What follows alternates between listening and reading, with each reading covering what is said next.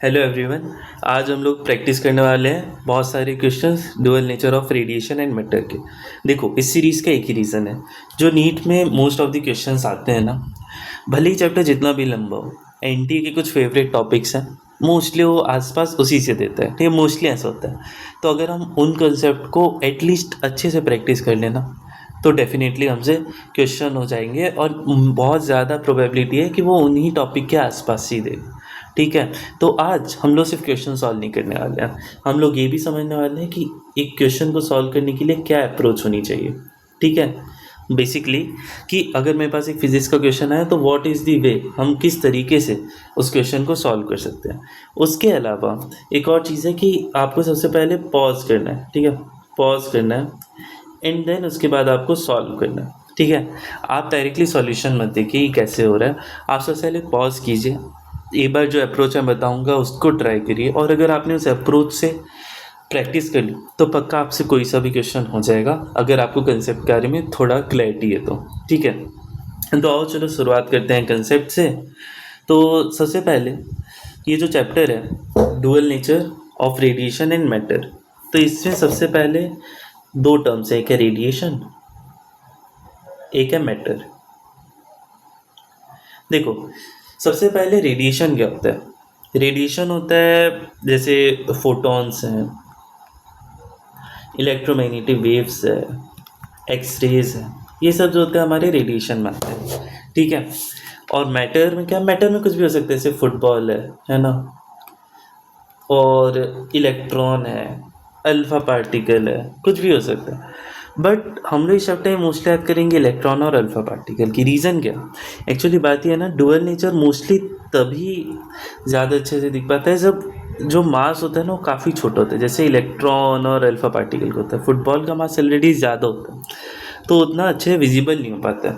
ठीक है, तो आओ शुरू करते हैं। सबसे पहली चीज़ है रेडिएशन।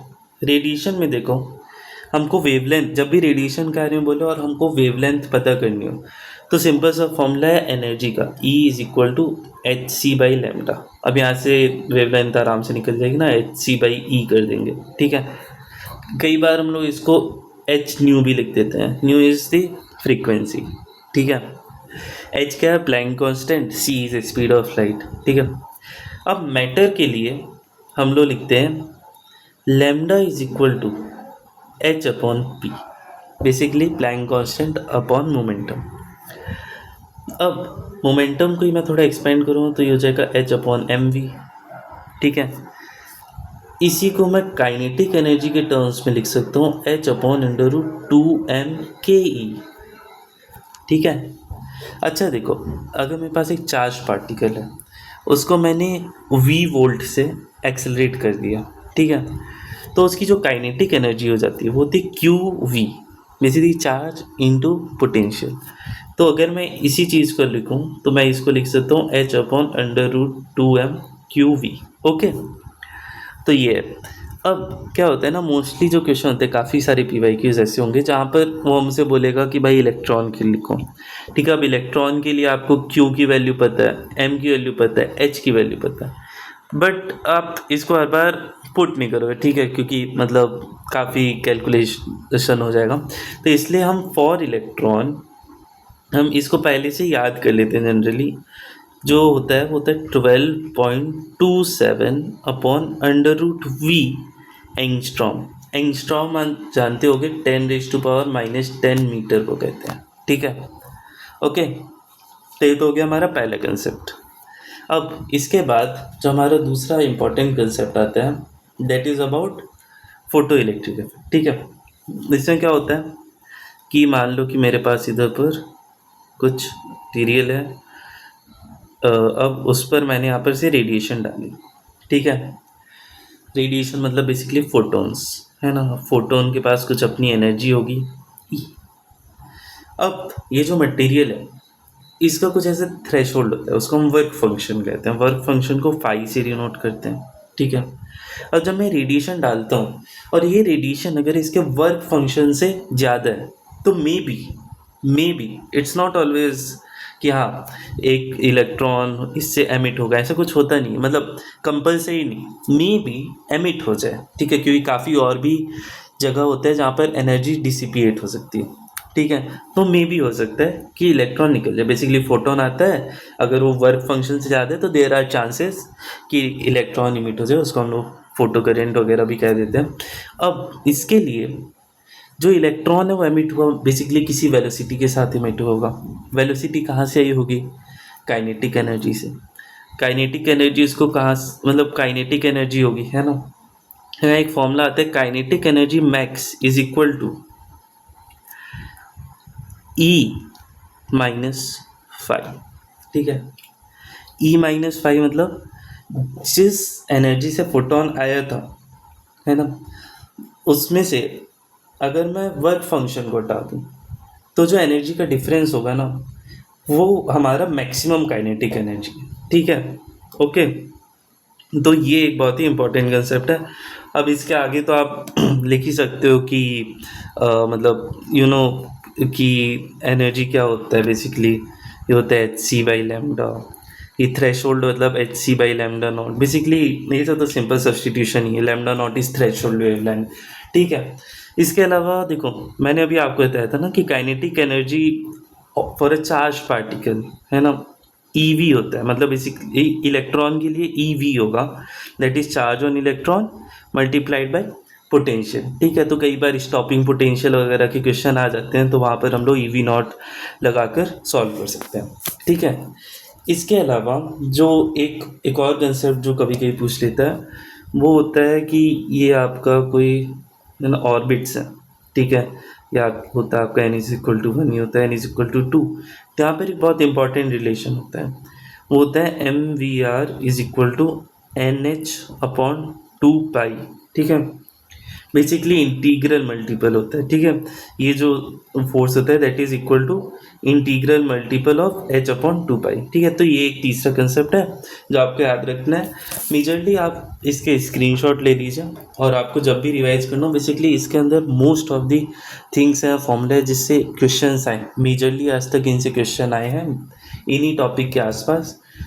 अब हम लोग प्रैक्टिस करेंगे क्वेश्चंस को। आप इन कंसेप्ट को अच्छे से रिवाइज करिएगा आगे भी और पेपर के पहले भी, ताकि आप इनको अच्छे से कर पाएं, ठीक है। चलो, तो पहला क्वेश्चन है हमारा, ये है आई गेस 2020 का नीट का question. N electron is accelerated from rest. देखो अब कैसे करना हमें, हमारी जो अप्रोच रहेगी वो होगी, गिवन हमें क्या क्या इन्फॉर्मेशन गिवन है, टू फाइंड हमें क्या पता करना है, उसके बाद क्या रिलेशन हमें पता है, जो हमें गिवन है और जो हमें पता करना है उसके बीच का हमें क्या रिलेशन पता है, ठीक है। तो ये होगा, हम देखो, an electron is accelerated from rest. Basically एक इलेक्ट्रॉन है, वो रेस्ट एक्सलरेट हुआ from rest through a potential difference of V volt के पोटेंशियल डिफरेंस।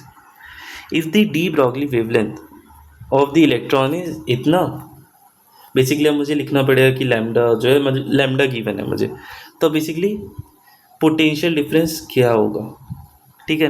देखो अभी हमें क्या क्या गिवन है, कि हमें लैम्डा गिवन है और हमसे पूछ रहा है पोटेंशियल डिफरेंस क्या होगा। हमने गिवन कर लिया, टू फाइंड कर लिया। अब हमें रिलेशन निकालना है किसके बीच का, क्या गिवन है, वेवलेंथ, पता क्या करना है, पोटेंशियल। इन दोनों के बीच का क्या रिलेशन होता है हमें पता है, अभी हमने किया। सबसे पहले वो इलेक्ट्रॉन क्या एक मैटर है, तो इसके लिए जो फॉर्मूला यूज होगा दैट विल बी h/√2m/qv। देखो अब मैंने बताया था इलेक्ट्रॉन के लिए इट इज़ 12.27/√v एंगस्ट्रॉम, ठीक है। अब देखो मुझको पोटेंशियल कह रहा है, तो एक बार मैं इसको थोड़ा उस फॉर्म में ले आता हूँ, ठीक है। √v is equal to 12.27/λ angstrom, ठीक है।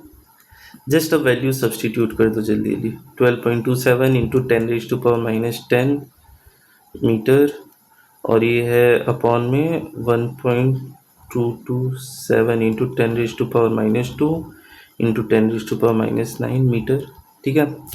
अब देखो ये आप इजीली कह सकते हो कि अगर मैं इसको और इसको हटा दूँ ना, तो बेसिकली क्या होगा, this will be 1, this will be 10, okay. तो बेसिकली अब ये क्या बच रहा है, बेसिकली बच रहा है 10⁻⁻9 10⁻⁻11 दैट इज 10⁻⁻, 2, ठीक है। बेसिकली किसके बराबर था, ये था बराबर हमारे root V is equal to 10 square के। तो यहाँ से वी आ जाएगा, दोनों साइड स्क्वायर कर देंगे, 10⁴ वोल्ट। इसका आंसर है सी। ओके, कितना सिंपल था ना। आप बस गिवन पता करिए, क्या पता करना है ये पता करिए, और इनके बीच का क्या रिलेशन है उसके थ्रू आप इजीली निकाल सकते हो जो भी चाहिए, ठीक है। अब हम आते हैं नेक्स्ट क्वेश्चन पे। Light with an average flux. देखो, अगर सबसे पहले फ्लक्स टर्म कभी भी आई लाइफ में तो इतना समझ लो कि बात हो रही है अपॉन एरिया की, ठीक है। Light with an average flux of 20 watt per centimetre square. कई लोग यहाँ पर कंफ्यूज हो जाएंगे, क्या दिया। देखो, जब भी कंफ्यूजन हो, यूनिट देखो, वॉट किसकी यूनिट होती है, वॉट होती है पावर की यूनिट, सेंटीमीटर स्क्वायर क्या होता है, एरिया का यूनिट। तो पावर अपॉन एरिया मुझे दे रखा है 20 watt per centimetre square. Falls on a non reflecting surface at normal incidence having surface area 20 centimetre square. Basically मुझे एरिया भी दे दिए यहाँ पर 20 सेंटीमीटर स्क्वायर, ठीक है। अब यहाँ पर the energy receive by the surface during time, basically मुझे अब टाइम भी दे दिया 1 मिनट, ठीक है। बेसिकली ऐसा यूनिट लिखे तो 60 सेकेंड्स, ठीक है। अब कह रहे हैं मुझसे energy received during time span of, तो क्या, देखो ये सब गिवन था, ठीक है। अब क्या पूछ रहा है, एनर्जी। अब सोचो कि हम कैसे एनर्जी और गिवन डेटा के बीच में रिलेशन ला सकते हैं। देखो, जब भी एनर्जी और पावर आ जाए तो ये तो काफ़ी इजी हो जाता है, ठीक। एवरेज क्या कहा था, तो ऑफकोर्स पावर होता है एनर्जी अपॉन टाइम, ठीक है। तो अगर मैं जस्ट इसको यहाँ पर सब्सटीट्यूट कर दूँ तो क्या हो जाएगा, energy upon area multiplied by time is equal to 20 watt per centimetre square, है ना। अब मुझसे एनर्जी पूछ रहा है तो मैं यहाँ पर सिंपल से वैल्यू पुट कर दूंगा, energy is equal to 20 watt per centimetre square. Area क्या है, 20 सेंटीमीटर स्क्वायर। टाइम क्या है, 60 सेकेंड्स। हम जस्ट ये हो गया 20 into 20 is 400, 400 into 60 that is 24 into 10⁻³ joules, ठीक है। ओके, तो ये सिंपल से हमारा आंसर आ जाएगा ऑप्शन बी, ठीक। कितना सिंपल था ना, हमने गिवन किया, क्या पता करना वो किया, एंड रिलेशन निकाला, उससे हमारा बहुत ही ईजिली सॉल्व हो जाएगा। एक चीज़ नोटिस करना, ये वो कभी भी कॉम्प्लिकेटेड कैलकुलेशंस नहीं देगा, वो हमेशा ईजी देगा। अगर आपको लगे कॉम्प्लिकेटेड है तो मोस्टली जो है ना यूनिट्स, मतलब कितना मैग्नीट्यूड है उसके साथ खेलेगी, 10⁻⁴, 10⁻², ऐसे खेलेगा, कहीं बहुत ही कॉम्प्लिकेटेड नहीं देगा, ठीक है। कि because need is more about speed, okay, ठीक है। अब आता है लाइट ऑफ फ्रीक्वेंसी। बेसिकली क्या दे रखा है, light of frequency is 1.5 times the threshold frequency, this, okay, is incident on a photo sensitive material, what will be the photo electric current, ठीक है। अब फोटो इलेक्ट्रिक करेंट क्या होगा, photo electric current मतलब ठीक है, आई कह रहा है if the frequency is half, basically कह रहा है फ्रीक्वेंसी हाफ कर दूं मैं, मतलब न्यू थी तो अब न्यू/2 कर दूं, एंड इंटेंसिटी आई थी तो उसको मैं डबल कर दूं, 2i कर दूं, ठीक है। तो अब बताओ कि फोटो इलेक्ट्रिक करंट के वेव कैसे तरीके हैं। देखो, ये अभी कई लोग इसको डर जाएंगे, कन्फ्यूज जाएंगे। देखो, सबसे पहली चीज़ तो देखो क्या पूछ रहे हैं, ठीक है। कभी भी करंट कैसे निकलता है, करंट निकलता है जब आपका वर्क फंक्शन कम हो, एनर्जी मतलब जो एनर्जी है फोटोन की, जो इंसिडेंट हो रहा है वो ज़्यादा हो वर्क फंक्शन से, ठीक है। अब इसमें कह रहा है कि जो मेरा फ्रीक्वेंसी है उसको मैंने हाफ कर दिया, तो फ्रीक्वेंसी कितनी थी इसकी 1.5, basically 3/2 new not, basically threshold frequency. अब मैं अगर इसको हाफ कर दूं तो जो मेरा न्यू डैश आएगा that will be 3/4 new not. अच्छा, ये 3/4 आपको पता है कितना होगा, ये होगा 0.75 नॉट्स, ओके। बेसिकली 1 मतलब न्यू नॉट से भी कम हो गया, ठीक है। और आपको पता है कि जो मेरा वर्क फंक्शन होता है वो होता है h न्यू नॉट, है ना। और जो मेरी एनर्जी इंसिडेंट हो रही है वो होता है मेरा h न्यू, है ना। अब मेरा न्यू है वो मेरा छोटा है न्यू नॉट से, तो इस केस में तो हमारा इलेक्ट्रॉन एमिट ही नहीं हो पाएगा क्योंकि एनर्जी कम है। किससे? वर्क फंक्शन से। ठीक है, तो ये बहुत ही सिंपल था। तो इसलिए कोई करंट, जब कुछ इलेक्ट्रॉन एमिट ही नहीं होगा तो कुछ करंट आएगा भी नहीं, तो इसका आंसर है 0। ठीक है, so this is the way how we approach question. कुछ क्वेश्चन होते हैं जहाँ पर टेस्ट करना चाहते हैं कि आप फंसे रहो, ठीक है, क्योंकि लोग फंसे रहेंगे, सोचेंगे कैसे निकालें, बट इसलिए में उसने यहीं पर फंसा दिया क्योंकि उसने जो एनर्जी दी थी वो ऑलरेडी काफ़ी कम थी थ्रेशोल्ड फ्रीक्वेंसी से। ठीक है, तो इस कारण से होता है। ठीक है, चलो अब नेक्स्ट आते हैं। ये है 2021 का PYQ। या बेसिकली वही है यार, जो भी मैंने ऊपर फॉर्मूले बताए ना, मोस्टली स्पेशली वेवलेंथ वाले फॉर्मूले सब उसी से ही मोस्टली क्वेश्चन आते हैं। उनको अगर आप अच्छे समझ लो, प्रैक्टिस कर लो, सारे क्वेश्चन आ जाते हैं। कह रहे हैं जैसे इसमें an electromagnetic wave of wavelength lambda is incident on a photo sensitive surface. देखो लैंग्वेज से खेल सकते हैं, इसलिए हमें थोड़ा ध्यान रखना है। ठीक है, एन इलेक्ट्रोमैग्नेटिक वेव मतलब एक इलेक्ट्रोमैग्नेटिक वेव है, उसकी वेवलेंथ है lambda, is incident on a photo sensitive surface of negligible work function. मतलब फाई जो है ना वो कुछ 0 के आसपास है। If M mass is of photo electron, मतलब एम मास जो है ना, जो इलेक्ट्रॉन एमिट हो रहा है इसका मास है M, emitted from the surface has de Broglie wavelength lambda D, है ना, जो एमिट हो रहा है इसकी डी ब्रॉगली वेवलेंथ है लैम्डा डी। तो अब हमें रिलेशन बताना है। ठीक है, हम देखो सिंपल सा है, जब भी ये है हमारे एक बहुत ही स्टैंडर्ड से इक्वेशन है कि काइनेटिक एनर्जी मैक्स क्या होगा, जो मेरी एनर्जी है माइनस वर्क फंक्शन, है ना, बट हमसे कह रहा है वर्क फंक्शन तो नेग्लिजिबल है, तो ये 0 हो जाएगा, है ना, राइट। तो अब बचा क्या, kinetic energy max is equal to E. ठीक है, अब देखो अभी हमने पहले ही बताया था कि काइनेटिक एनर्जी मैक्स को हम लोग कैसे लैम्डा टी के टर्म में ला सकते हैं, ये सोचना है हमें, और ई को कैसे हम लैम्डा के टर्म में ला सकते हैं। ऐसा क्यों? क्योंकि हम अच्छे देखो तो इसमें बस सारे ऑप्शंस में हमको इन दोनों के बीच के ही रिलेशंस पूछे हुए। ठीक है, तो हमें बस एनी हाउ पता करना कि हम कैसे टर्म में ला सकते हैं। तो अच्छे से बात याद करो, हमने जो स्टार्टिंग में फॉर्मूले पढ़े थे, ठीक है, बस ये वही है।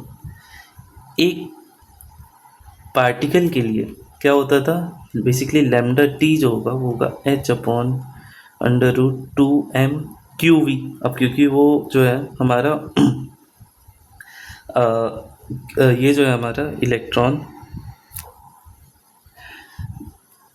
मतलब काइनेटिक एनर्जी का यूज़ कर लेंगे h/√2m/QV, क्योंकि यहाँ पर हमको चार्ज वगैरह की ज़रूरत नहीं पड़ेगी। ठीक है, काइनेटिक एनर्जी वाला फॉर्मूला यूज़ करना। तो अब यहाँ से काइनेटिक एनर्जी निकाल सकते हैं क्या हम? हाँ, दोनों साइड स्क्वायर कर दो, ट्रांसपोज कर दो, हो जाएगा h²। ओके, फिर उसके बाद हाँ ये हो जाएगा 2m। Okay, and it will B lambda T का स्क्वायर। ठीक है, इतना कर देंगे हम। अब इसके बाद हमको निकालना है ई। ये ई किसका होता है यार? ये ई होता है हमारा जो इंसिडेंट होता है। और इंसिडेंट कौन हो रहा है? इंसिडेंट हो रहा है हमारा एक इलेक्ट्रोमैग्नेटिक वेव। और मैं पहले ही बता चुका हूँ, इलेक्ट्रोमैग्नेटिक वेव मतलब रेडिएशन वाली बात आ गई। तो यहाँ पर तो सिंपल सा है कि ई इज इक्वल टू hc/λ। ठीक है, ओके, तो यहाँ से हाँ, तो बस इसको यूज़ कर लेंगे। इधर पर क्या यूज़ करेंगे, h²/2m lambda d square is equal to hc/λ। ठीक है, अब मैं इसको सिंपल से सॉल्व करने, इससे ये कट हो जाएगा।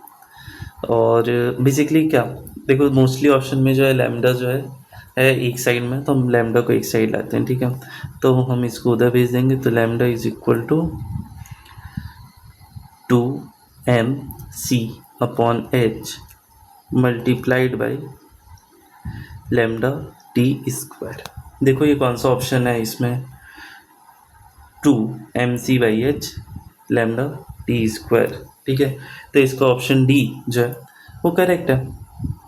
ओके, तो ये तरीका है। ठीक है, तो अगेन सी बहुत ही सिंपल सा गिने चुने फॉर्मूले सारे उसी से ही क्वेश्चन आते हैं। आप उन्हें अच्छे से याद कर लो, क्वेश्चन प्रैक्टिस करके चलो। इवन अगर आप PYQ भी कर लोगे ना, तो भी आपको सारे क्वेश्चन बन जाएंगे पेपर में, ठीक है। चलो अब नेक्स्ट क्वेश्चन में आते हैं। द नंबर ऑफ फोटोन्स पर second on an average emitted by the source of monochromatic light of wavelength this. देखो वही बात है, क्या पूछ रहे हैं, नंबर ऑफ फोटोन्स। अब एक बार पढ़ लेते हैं, मैंने delivers the power of this. Basically power दे रखा है मुझे कुछ 3.3 इंटू 10⁻³ वॉट, ठीक है। वेवलेंथ दे रखा है 600 नैनोमीटर। अब कह रहे हैं नंबर ऑफ फोटोन्स बताओ, बेसिकली एन पूछ रहे हैं। देखो इसका बहुत ही सिंपल सा तरीका है, फॉर्मूला वगैरह याद मत रखो, बहुत ही सिंपल सा तरीका है कि नंबर ऑफ फोटोन्स पूछ रहा है। अब देखो मैं पहले बता चुका हूँ, पावर क्या होता है, एनर्जी अपॉन टाइम, ठीक है। तो अब ये टाइम देखो, ये कह रहा है पर सेकेंड, इसका मतलब ऑफ कोर्स जो यहाँ पर टाइम है वो 1 सेकेंड का है, ठीक है। बेसिकली जो मेरा पावर होगा that will be my energy, okay. Basically energy but E equivalent लिख देते हैं, ठीक है, इसको फिलहाल के लिए। बेसिकली देखो कोई सोर्स है, ठीक है, जो लाइट एमिट कर रहा है, ठीक है। अब इसमें बहुत सारे फोटोन्स होंगे, उन सब की एनर्जी ई होगी। अब मान लेते हैं एन फोटोन्स है, तो उन सब की एनर्जी कितनी होगी, एन इंटू ई, ठीक है, ओके। अब देखो हम कैसे जो है ईजी कर रहे हैं क्वेश्चन को, ठीक है। एक सिंगल फोटोन की एनर्जी कितनी होती है, एच सी बाई लैम्डा, ठीक है। और हमसे पूछा क्या क्वेश्चन में, एन। तो अब इस फॉर्मूले को अगर मैं थोड़ा सा रीअरेंज करूं तो एन मेरा क्या आ जाएगा, p lambda by h c. देखो बेसिकली टी जो था ना हमारा वो 1 सेकेंड हो गया था, क्योंकि इसमें हमसे यहाँ पर सेकेंड पूछा था क्वेश्चन में, ठीक है। तो बेसिकली मैं इसमें वैल्यूज पुट कर दूँ, जैसे पावर, देखो कंफ्यूज मत होना, इसको मोमेंटम मत समझ लेना, ठीक है। इसलिए हमको थोड़ा ध्यान देना पड़ता है क्वेश्चन, वरना कंफ्यूज हो जाते हैं। तो ये हो जाए 3.3 इंटू 10⁻³ इंटू मेरी वेवलेंथ है that is 600 into 10⁻⁹ metre upon 6.6 into 10⁻⁻34 into 3 into 10⁸। देखो यार ये सब वैल्यूज तो तुम्हें याद होनी चाहिए, ठीक है। अब देखो मैंने तुम्हें बताया कि पेपर वाला कभी भी नहीं चाहता है, क्या कभी नहीं चाहता है, वो कभी नहीं चाहता है कि मैं तुमसे बहुत ही कॉम्प्लिकेटेड चीज़ सॉल्व करूँ, ठीक है। वो हमेशा चाहेगा कि मैं इजी चीज़। तो ये देखो 3.31 और इसका जस्ट ट्वाइस जो होता है दैट इज 6.6, ठीक है। तो 2 नाउ 2 इंटू 3 6, मतलब इसको और इसको अगर मैं कट कर दूँ तो मुझको ये होगा, तो ये 600 की जगह क्या हो जाएगा 200, ठीक है। तो अब बचा क्या ओवरऑल 10⁻³ अरे 200 क्यों होगा, 100 हो जाए ना, फिर 2 इंटू 3 600, तो it will become 100, okay. So now into 10 square into 10⁻⁹ upon 10⁻⁻34 plus 8 कर दो 10⁻⁻26 हो जाएगा, ठीक है। ये हो जाएगा -1 -10, ये ऊपर आएगा तो ये हो जाएगा 10⁻16, ठीक है। तो बस 10⁻16 इज द आंसर, ठीक है। चलो अब लाते हैं नेक्स्ट क्वेश्चन में। ये नीट 2022 का question. When two monochromatic lights of frequency v nu by 2 are incident on a photoelectric metal, their stopping potential becomes Vs by 2 and Vs respectively. The threshold frequency for the metal. अच्छा देखो इतना तो clear है कि इस question पूछ कह रहा है थ्रेशोल्ड फ्रीक्वेंसी जनरली हम μ0 से डिनोट करता है, ठीक है। देखो ये हर चैप्टर में होता है, जब भी आपको दो कंडीशन दे दे, तो आपको क्या करना है, इक्वेशन फॉर्म करना है एंड देन उन इक्वेशंस को सॉल्व कर देना, आपका आंसर आ जाएगा। बस आँख बंद करके आप इक्वेशन बना दो, ठीक है। बेसिकली कह रहे हैं कि जब मेरी फ्रीक्वेंसी न्यू थी तब मेरा stopping potential was Vs by 2। दूसरी कंडीशन है जब मेरी फ्रीक्वेंसी लाइट की न्यू बाई 2 थी तब मेरा stopping potential was Vs। And देखो क्या फॉर्मूला होता है, again ke max is equal to E minus 5, ये होता है। अब मुझे पता है ये कितना होता है for this, EV0 is equal to E, मतलब अब देखो यहाँ फ्रीक्वेंसी की बात हो रही है तो हम उसी टर्म में लिखेंगे h म्यू माइनस 5 को क्या हमें लिखने की ज़रूरत है h म्यू नॉट नहीं, क्योंकि हमको क्या पूछ रहा है थ्रेशोल्ड फ्रीक्वेंसी, नहीं हमसे थ्रेशोल्ड फ्रीक्वेंसी पूछ रहा है, तो हाँ हमें लिखना पड़ेगा h म्यू नॉट, ठीक है। ओके, अब हम लोग सिंपली क्या कर सकते हैं, अब हम लोग यहाँ पर सिंपली एक एक कंडीशन को लिख लेते हैं। जैसे सबसे पहले हम लेफ्ट हैंड साइड की कंडीशन लिखते हैं, ठीक। तो जब हमारा फ्रीक्वेंसी इतना था, मतलब न्यू थी, तो ये था v s by two and डाल दो, frequency was h nu minus h nu naught. Okay, clear. और जो दूसरी कंडीशन है that was simply e v s is equal to h nu by two minus h naught. ठीक है, ये कर दो। अब क्या होगा कि देखो यार, दो इक्वेशन है तो इजीली तुम सॉल्व कर सकते हो। कैसे? यहाँ पर से तुम इसका वैल्यू निकालो, ये कितना होगा, e is equal to 2 times of h nu minus 2 times of h nu naught. ठीक है, अब तुम क्या करो, इसको यहाँ पर पुट करो, तो क्या होगा, ये 2 टाइम्स में एच न्यू माइनस 2 टाइम्स में h nu naught is equal to h nu by two minus h nu naught. अब बस तुम इसको ट्रांसपोज कर दो, इसको इधर भेजो, हो जाएगा एच न्यू नॉट। ठीक है, अब इसको इधर भेजना पड़ेगा, तो क्या हो जाएगा, 2 minus 1 by two is 3 by two h nu by to, है ना। नहीं, ये नहीं होगा ना, सिर्फ 3 बाई टू एच न्यू हो जाएगा। ठीक है, इतना क्लियर है। अब इसके बाद क्या होगा कि ठीक है, इसके बाद अब आप सिंपली क्या निकालना है आपको, एच से एच कैंसिल हो जाएगा, तो जो मैं न्यू नॉट है that will be simply 3 by two, बस दैट्स इट। तो इसका आंसर है 3 बाई टू। ठीक है, ऑप्शन डी। ठीक है, बहुत सिंपल होता है। बेसिकली क्या गिवन है, क्या पता करना है, वो हो गया, रिलेशन पता करो, करते जाओ, हो जाएगा। ठीक है, बस प्रैक्टिस चाहिए। और स्पेशली देखो कुछ फॉर्मेट्स होते क्वेश्चन, जैसे ये वाला था 2 कंडीशन क्वेश्चन, है ना। इसमें आपको देख क्वेश्चन बनानी है तो उन्हें डिवाइड करना पड़ेगा, कि या तो आपको ऐसे कुछ सब्सटीट्यूट करना पड़ेगा। तो ये 2 तरीके इनसे हो जाते हैं। ठीक है, ये फिक्स्ड फॉर्मेट्स हैं। फिर आता है the threshold frequency of a photo electric metal is nu naught. ठीक है, if light of frequency 4 nu naught is incident on this metal, then the maximum kinetic energy of emitted electron will be। ठीक है, maximum kinetic energy पूछा, इसीलिए क्या पूछ रहा है, के ई मैक्स क्या है ये बता दो। ठीक है यार, अब के ई मैक्स कहाँ से बता सकता हूँ मैं, इसका तरीका है कि रुको, the threshold frequency of photo electric metal, basically मुझे थ्रेशोल्ड फ्रीक्वेंसी देखा है। ठीक है, न्यू नॉट है। इफ़ लाइट, अब जो लाइट की फ्रीक्वेंसी है वो 4 म्यू नॉट है। ठीक है, बेसिकली जो भी मेरी लाइट आ रही थी वो that was 4 mu naught is incident on this metal. वैसे देखो ये कैसे बना लेते, एक मेटल है कुछ, उधर पर जो फ्रीक्वेंसी थी 4 म्यू नॉट थी, इधर से जो सॉरी, ये तो थ्रेशोल्ड है ना, इसका थ्रेशोल्ड म्यू नॉट है। अब कह रहे हैं मैक्सिमम काइनेटिक एनर्जी क्या होगी, काइनेटिक एनर्जी मैक्स पूछ रहा है। यार ये तो बहुत ही सिंपल सा क्वेश्चन है, क्योंकि हमें इसका फॉर्मूला पहले से ही पता है, क्या होता है, ई माइनस फाई। सिंपल से वैल्यूज पुट करनी है, एनर्जी हमको पता है क्या होता है, H into what ever is the frequency, क्या है इंसिडेंट की, 4 न्यू नॉट माइनस फाई हमको पता है, एच इंटू जो भी थ्रेशोल्ड फ्रीक्वेंसी, इससे यार ये हो जाएगा 3h न्यू नॉट। यार इससे सिंपल क्वेश्चन है, और अगर आप ये मिस कर दो फिर तो क्या ही है ना। तो इतने इजी क्वेश्चन से हमको करके ही आना है, जल्दी से जल्दी करना है, ये सब इजीली मार्क्स देंगे। ठीक है, अब देखो एक और नीट 22 का दूसरा क्वेश्चन है, ये भी देखो इतना इजी है कि क्या बताऊँ। द लाइट रे is having photons of energy.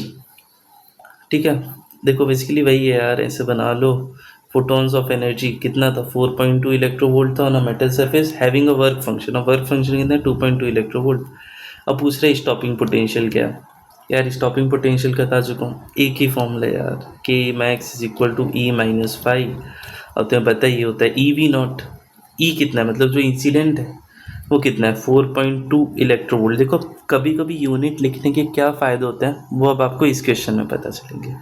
ठीक है, 4.2 माइनस जो भी वर्क फंक्शन था 2.2 इलेक्ट्रोवोल्ट। ठीक है, अब इधर से क्या होगा, आपका आ गया कि E V not is simply 2 electronvolt. तुम्हारा वी नॉट क्या आ जाएगा, ई से ई कैंसिल हो जाएगा। ठीक है, तो इट इज़ 2 वोल्ट। ठीक है, तो इसका आंसर है सी। अब क्या होता है, अगर आप लोग नहीं लिखते ना तो कई लोग कंफ्यूज हो जाते हैं, वो कर देते कि चलो 2 इलेक्ट्रोवोल्ट कर देते, बट नहीं, वो गलत हो जाता है ना, 2 वोल्ट इसका सही आंसर है।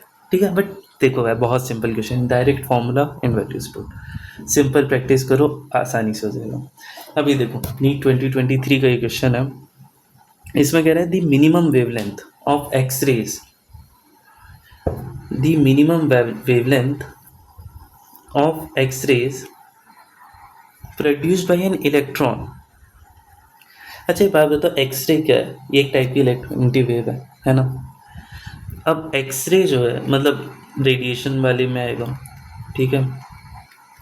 Produced by an electron accelerated through a potential difference of v volt is proportional. अब देखो ये थोड़ा सा ना कंफ्यूजिंग क्वेश्चन था। अब दिक्कत ये है ना, काफ़ी लोग क्या सोचेंगे, वो कर देंगे कि यार हमारा जो वेवलेंथ होता है H upon under root 2m QV, इसका मतलब lambda will be inversely proportional to root v, वो कर देंगे और यहाँ पर उनके -5 मार्क्स हो जाएंगे इजली, है ना। तो ये दिक्कत होती है, ठीक है। तो इसलिए हमें कभी भी इतने जल्दी डिसीजन लेना था, सोच समझ के लेना, ठीक है। देखो इसलिए कहता हूँ, इसलिए मैंने आपको स्टार्टिंग में समझाया रेडिएशन के लिए क्या फॉर्मूले यूज़ करने एंड मैटर के लिए क्या यूज़ करने, ठीक है।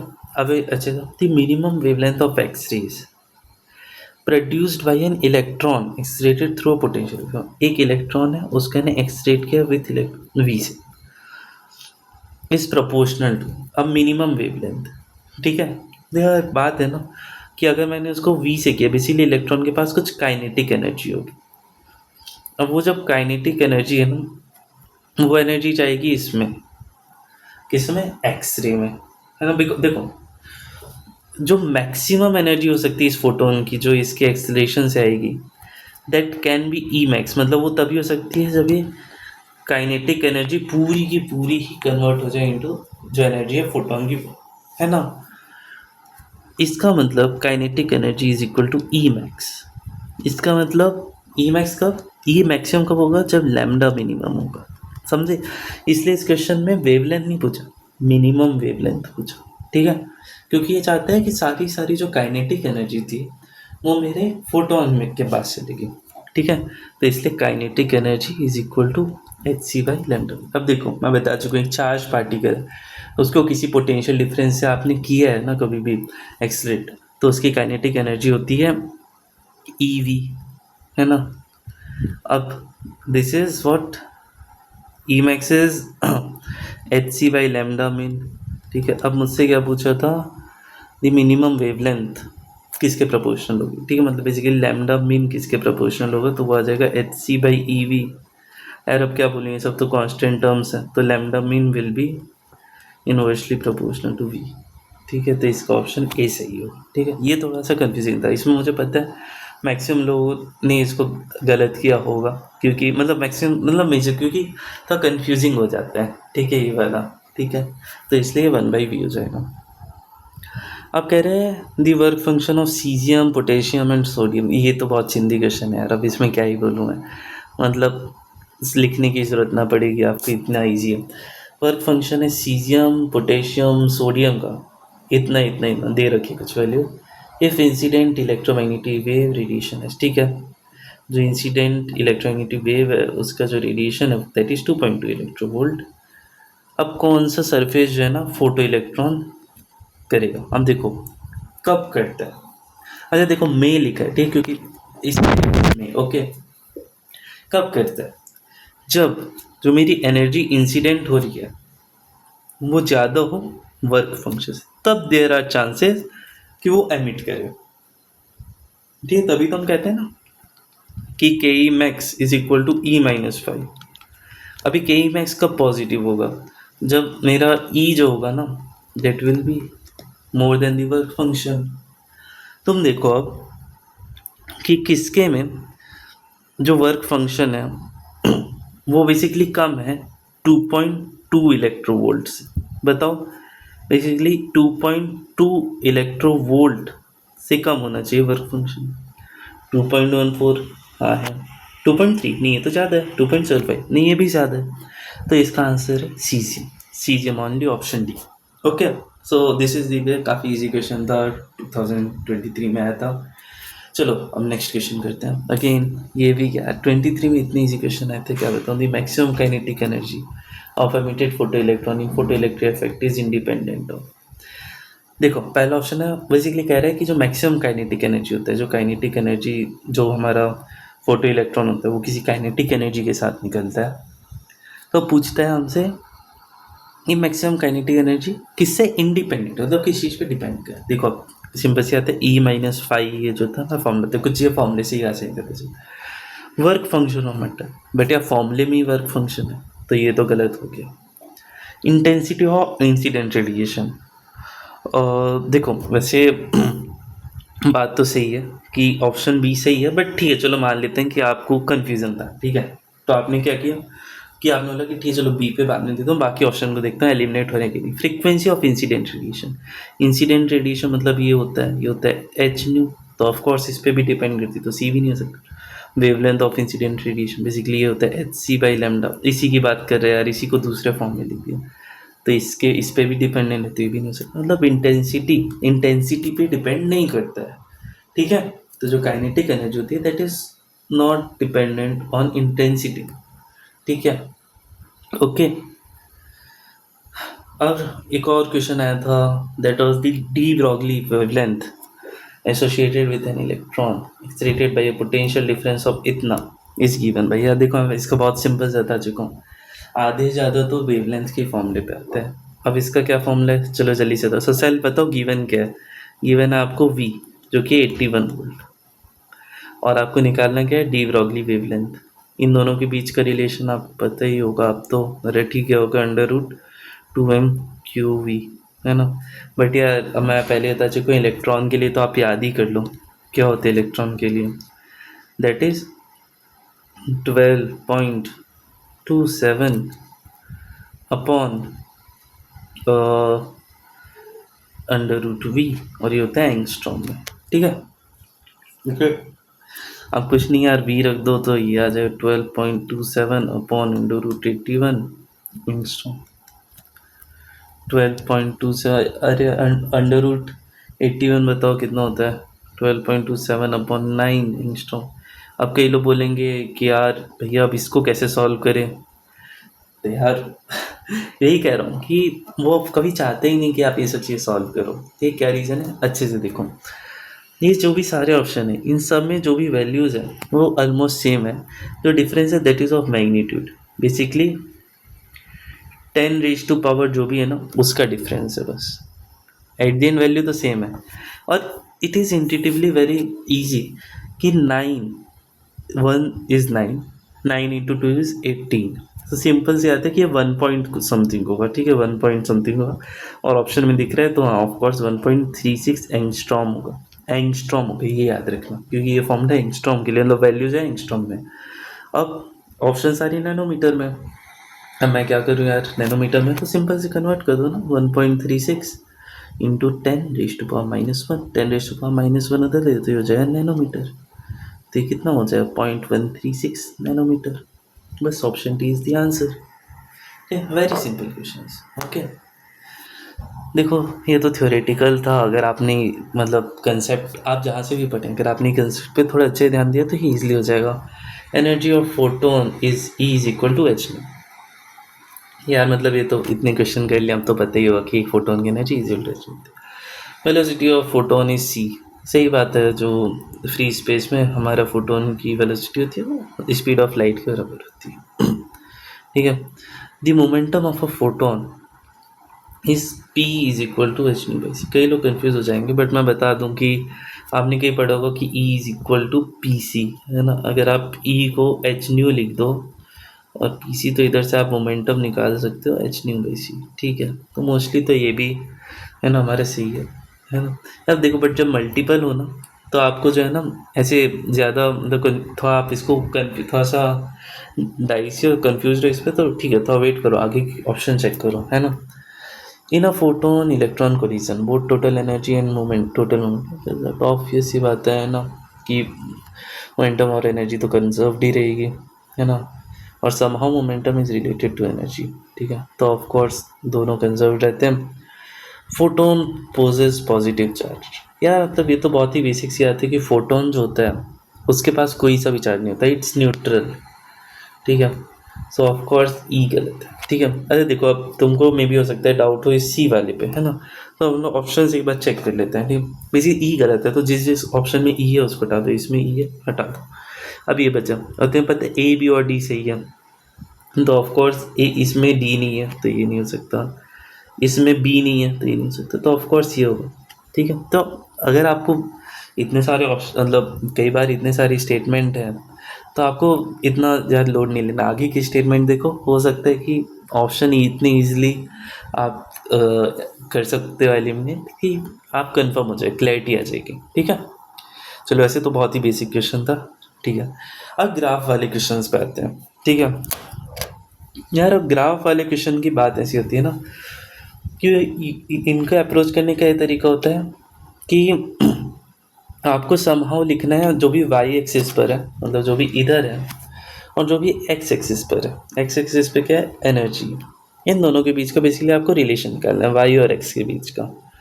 तो क्या रिलेशन आता है, ठीक है। देखो, बेसिकली वाई जो है मेरे लिए वो है 1/λ², और जो मेरा एक्स है दैट इज ई। इन दोनों के बीच का क्या रिलेशन है ये मुझे पता करना है, ठीक है। बेसिकली मुझे लैम्डा और ई के बीच का रिलेशन निकालना है। किसके लिए है, lambda is D Broglie wavelength of a free particle. मैं बता चुका हूँ, पहले बताया था, free particle and radiation, particle and radiation. तो फ्री पार्टिकल के लिए जो होता है रिलेशन दैट इज ई, नहीं, हाँ, ठीक है। अब कई लोग क्या करेंगे, HC/λ कर देंगे, वहाँ पर ये गलती हो जाएगी उनसे, है ना। हमको ये नहीं करना, क्यों, क्योंकि ये तो रेडिएशन के लिए था ना। हमको क्या है ना, पार्टिकल के लिए करना है। पार्टिकल के लिए हम लोग जनरली लैम्डा से कुछ तो फॉर्मूलेज लिखते हैं। कौन सा फॉर्मूला जिसमें एनर्जी की बात करते हैं, अच्छे से याद करो, काइनेटिक एनर्जी 2m/k। इसमें एक्चुअली ई कह रहा है काइनेटिक एनर्जी को, तो हम के की जगह ई कर देंगे, ठीक है। अब बेसिकली हम लोग इसको इस फॉर्म में लाने की कोशिश करते हैं, ठीक है, 1/λ² के फॉर्म में। तो जैसे इसको रेसिप्रोकल करो तो ये ऐसा जाए 2me/h। जस्ट इसको अभी आप स्क्वायर करो तो ये आ जाएगा 2m/h², और इधर पर ये ई आ जाएगा, ठीक है। अब मैंने आपको बताया था कि अब सिंपल से आपको ये मिल गया 1/λ² और ई मिल गया। अब इसको बस उस फॉर्म में लिख दो, वाई और एक्स के फॉर्म में लिख दो, आपको मिल जाएगा। अब आप इसको लिख सकते हो 1/λ² को वाई, 2m/h² एक कॉन्स्टेंट है, उसको चलो तुम सी लिख दो, और ई जो होता है वो एक्स था, है ना, हमने यहाँ पर ही कर दिया था, ठीक है। तो अब जो इक्वेशन हो y = सी, y = कुछ बेसिक चीज़ होती है, y = cx। किसका इक्वेशन होता है, सी एक्स बोल लो, या चलो एम एक्स बोल देते हैं, ठीक है। कई लोग को एम एक्स प्लस सी होता है, तो जनरली एम एक्स कह देते हैं, ठीक है। एम क्या है, मतलब स्लोप, है ना, ठीक है, मास मत समझ लेना, ठीक है। तो ये किसका इक्वेशन है, straight line passing through origin. Straight line passing through origin, क्या ये स्ट्रेट लाइन, ये तो स्ट्रेट लाइन ही नहीं है। तीन ऑप्शन, एक ही ऑप्शन है जो स्ट्रेट लाइन है, वो ऑप्शन डी, ठीक है। तो बहुत ही सिंपल सा तरीका है, बहुत सिंपल है। चलो, अभी ये 24 में क्वेश्चन आया था कि work function, if I is work function, मुझे वर्क फंक्शन दे रखा है, और photo sensitive material in electronvolt in light of wavelength of numerical value, ठीक है। लाइट ऑफ वेवलेंथ, मुझे वेवलेंथ की वैल्यू दे रखी है hc/e metres, is incident on it with energy above its threshold value at an instant, then the maximum kinetic energy of the photoelectron ejected by it। Basically क्या पूछा है, के E max, या कितने क्वेश्चन का हम कर चुके हैं। अब तो आपको याद ही हो जाना चाहिए कि जैसे ये बात बोले E-5 कर दो। बेसिकली कह रहे हैं कोई मेटल है, उस पर कुछ HC/E मीटर की जो है वेवलेंथ आई, है ना, और फंक्शन मुझे फाई दे रखा है। मुझसे कह रहे अब काइनेटिक एनर्जी क्या है ना, ये बताना है मुझे। तो ये मैक्सिमम काइनेटिक एनर्जी क्या है, यहाँ वैल्यूज पुट कर दो। ई क्या होता है, HC/λ, यहाँ लैम्डा क्या है, HC/E, बेसिकली ई ऊपर चला जाएगा, -5, HC से HC गया, ओके। क्या बचा हमारे पास, सिंपल से ई बचा हमारे पास, E-5, बस यार। अब इससे इजी क्वेश्चन क्या ही हो सकते हैं, option c is the answer, ठीक है। चलो अब नेक्स्ट क्वेश्चन पे आते हैं। An electron and alpha particle. देखो कई बार ना अल्फा पार्टिकल के क्वेश्चन आते हैं, ठीक है, इस चैप्टर में काफ़ी चैप्टर्स में आते हैं। तो अल्फा पार्टिकल के बारे में बेसिक इन्फॉर्मेशन होनी चाहिए कि देखो अल्फा पार्टिकल का जो मास होता है ना, mass of alpha particle that is 4 time mass of electron. Charge of alpha particle is 2 time charge of electron. ठीक है, इतना क्लियर है। चलो, an electron and an alpha particle are excited by the same potential difference lambda E lambda alpha denote the de Broglie wavelength of the electron and the alpha particle. अब इसी relation पूछ रहे हैं इनके बीच का क्या होगा। अब हम लोग बोलेंगे क्या रिलेशन क्या होता है। अब क्या है, ये सब क्या है, पार्टिकल्स हैं। पार्टिकल्स के लिए डी ब्रॉगली वेवलेंथ क्या होता है, H upon under root 2m q v. अब क्या बोला, same potential difference, same potential difference से किया है, ठीक है। तो बेसिकली देखो अगर हमें कभी ऐसे रिलेशन निकालना, मैं बता चुका हूँ आपको कि यहाँ 2 कंडीशन वाला क्वेश्चन है, तो इसमें जनरली ऐसा है ना, तो इसमें हम लोग डिवाइड ही करेंगे। तो ओवरऑल हमको बस ये पता होना चाहिए कि किस पे डिपेंड कर रहा है। तो it is dependent on under root n and q. ऐसा क्यों, 2 is a constant, h is a constant and same potential difference बोला मतलब v is also a constant, ठीक है। तो हम सिंपल से ये कर सकते हैं। अब जब मैं यहाँ पर लिखता हूँ एक बार इलेक्ट्रॉन के लिए, तो it will be some directly electron के लिए directly proportional 1 upon under root जो भी मास है इलेक्ट्रॉन का, चार्ज इलेक्ट्रॉन का, अपॉन लैम्डा अल्फा कर देता हूँ, ठीक है। वो मेरा डायरेक्टली प्रोपोर्शनल होगा 1 upon under root m alpha. M alpha मैं बता चुका हूँ 4 टाइम मास ऑफ इलेक्ट्रॉन होता है। क्यू अल्फ़ा बता चुका हूँ 2 टाइम्स चार्ज ऑफ इलेक्ट्रॉन, ठीक है। बेसिकली यहाँ से क्या आ जाएगा, आप इसको डिवाइड करो तो lambda E by lambda alpha जो आएगा आपका, दैट विल बी उसके ऊपर भी जो देखो बेसिकली इससे जो है आपका ये कट हो जाएगा, ठीक है, ओके। एम ई हो जाएगा एंड ई ये भी कट हो जाएगा, क्यू ई भी। तो अब आपका क्या हो जाएगा, ठीक है। तो it is just under root 8, ठीक है। तो इसका मतलब wavelength of electron equal to under root 8 times wavelength of alpha, ठीक है। अच्छा देखो अंडर रूट 8 ऑफ कोर्स 1 से बड़ा होगा, इसका मतलब जो मेरा इलेक्ट्रॉन की वेवलेंथ वो बड़ी है अल्फा पार्टिकल की वेवलेंथ से, ठीक है, क्लियर है। देखो ऐसे तो कोई बहुत ही फास्ट स्मार्ट आदमी तो ईजिली कह सकता है कि जो मेरा अल्फ़ा पार्टिकल है उसका मास भी ज़्यादा है, चार्ज भी ज़्यादा है, तो ऑफ कोर्स वेवलेंथ कम होगी अल्फ़ा पार्टिकल की इलेक्ट्रॉन से, तो इसका आंसर ए होगा, ठीक है। चलो बहुत ही सिंपल है। कोई इस तरीके से बोलना है कि डायरेक्टली प्रोपोर्शनल किसके है, तो उधर से हम लोग ईजिली पता कर सकते हैं क्या, ये सब वैल्यूज़ भी डालने की जरूरत नहीं पड़ेगी क्योंकि यहाँ पर ग्रेटर देन लेस देन तो पूछा था, ठीक है। चलो अब पूछ रहा है a photon and an electron have the same energy E. या देखो वही क्वेश्चन ना, सेम 2 कंडीशन दे रखी है, अब आपको रेशियो निकालना है, ठीक है। और ये जो है कब का है, लास्ट ईयर का ही क्वेश्चन है, ठीक है। देखना कैसे है। अब देखो फोटोन, यहाँ देखो हमने जो पहली बार कंसेप्ट सीखा था ना, रेडिएशन के लिए क्या होता है, वेवलेंथ क्या करना, तो फोटोन के लिए क्या होगा, रेडिएशन के लिए एच सी बाई ई, है ना, हमको ई भी दे रखा है, सेम एनर्जी है ना। एक इलेक्ट्रॉन के लिए क्या होता है, ई, मतलब वही बात है ना कि हमने देखा है lambda is equal to H upon, अच्छा देखो लिख देते हैं electron under root 2m Q के, मतलब बेसिकली काइनेटिक एनर्जी, उसकी जगह हम एनर्जी लिख देते हैं ई, ठीक है। अब हम बस इसका रेशियो लेना है, basically lambda photon upon lambda electron का रेशियो लेना है, तो ये होगा H C by E upon H upon under root 2m E. H से एच जाएगा तो C upon E multiplied by under root 2m E, ठीक है। तो अब क्या क्या बच रहा है, सी बच रहा है, और ये सिंपल है यार, अंडर रूट 2m, ये बेसिक कैलकुलेशन है, ठीक है। तो ये हो जाएगा, तो ये कौन किस ऑप्शन है, बस सिंपल, ठीक है। ये भी यार मतलब सिंपल से फॉर्मूलेस पढ़े, उनके रिलेशन याद करो एंड ईजिली हो जाएगा, ठीक है। अब देखो ये जो है हमारा एक सेकेंड लास्ट क्वेश्चन है, ठीक है। अब ये नहीं, ग्राफ पे भी आजकल बहुत क्वेश्चन आ रहे हैं, ठीक है। अभी हमने देखा रिसेंट में ही हमने 2 क्वेश्चन देख लिए हैं इसके, जहाँ पर ग्राफ से क्वेश्चन पूछ रहा हूँ, ठीक है। तो देखो, which of the following options represent the variation of photoelectric current with property of light shown on the x-axis? Basically हमें किसके बीच में रिलेशन निकालना है, photo electric current I and property of light, ठीक है। तो कौन कौन सी प्रॉपर्टी है, इंटेंसिटी दे रखा है, इंटेंसिटी दे रखा है, फ्रीक्वेंसी दे रखा है, फ्रीक्वेंसी दे रखा है, बेसिकली फ्रीक्वेंसी और इंटेंसिटी। यार देखो, ये तो मतलब स्टैंडर्ड क्वेश्चन है, जो बोर्ड वाले वो भी जानते होंगे कि देखो जो फ्रीक्वेंसी होती है ना हमारी, नहीं देखो, 2 चीज़ होती है, एक इंटेंसिटी होती है, सॉरी एक फोटो इलेक्ट्रिक करंट होता है और एक स्टॉपिंग पोटेंशियल होता है।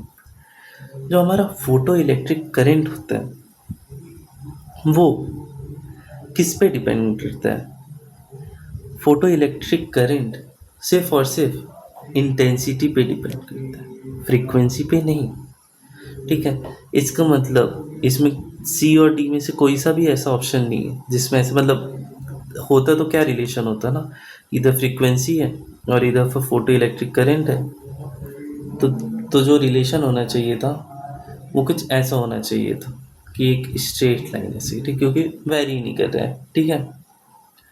ओके, अब यहाँ पर ये तो नहीं हो सकता, सी भी नहीं हो सकता, डी भी नहीं हो सकता, अब ये बचा है। अब कैसा होता है इसका, देखो बी ऑप्शन का मतलब है कि इंटेंसिटी ऑफ लाइट पे डिपेंड नहीं करता, तो ये भी नहीं हो सकता है, ए ही बचा है। जितनी ज़्यादा इंटेंसिटी होती है उतनी ज़्यादा photo electric current, basically these are directly proportional. Basically तुम ही सोचो ना, करंट क्या होता है ना, फ्लो ऑफ इलेक्ट्रॉन, है ना, कि rate of flow of electron, second में कितने इलेक्ट्रॉन आ रहे हैं, इंटेंसिटी से मतलब है जितने ज़्यादा इलेक्ट्रॉन्स आ रहे हो, ठीक है, उतने जितनी इंटेंसिटी से आ रही होगी उतने ज़्यादा इलेक्ट्रॉन्स एमिट होंगे, इसका मतलब करंट बढ़ेगा, ठीक है। तो ये होता है। ओके, फ्रीक्वेंसी ऑफ लाइट मतलब जो हमारे स्टॉपिंग पोटेंशियल होता है that is dependent on frequency of light, ठीक है। तो इसका आंसर होगा ए ओनली, ऑप्शन सी, ठीक है। देन आता है de Broglie wavelength of an electron, ये है नीट 2025 का question. De Broglie wavelength of an electron orbiting in the n is equal to 2। देखो अब ये हो गया ना हमारा थोड़ा वो वाला क्वेश्चन, मतलब कई लोग इस वाले कंसेप्ट को छोड़ देते हैं कि देखो m v r is equal to n h upon 2 pi ना, ये de Broglie wavelength of an electron orbiting in the n is equal to 2 state of hydrogen atom is close, ये डी ब्रॉगली वेवलेंथ पूछ रहे हैं, ठीक है।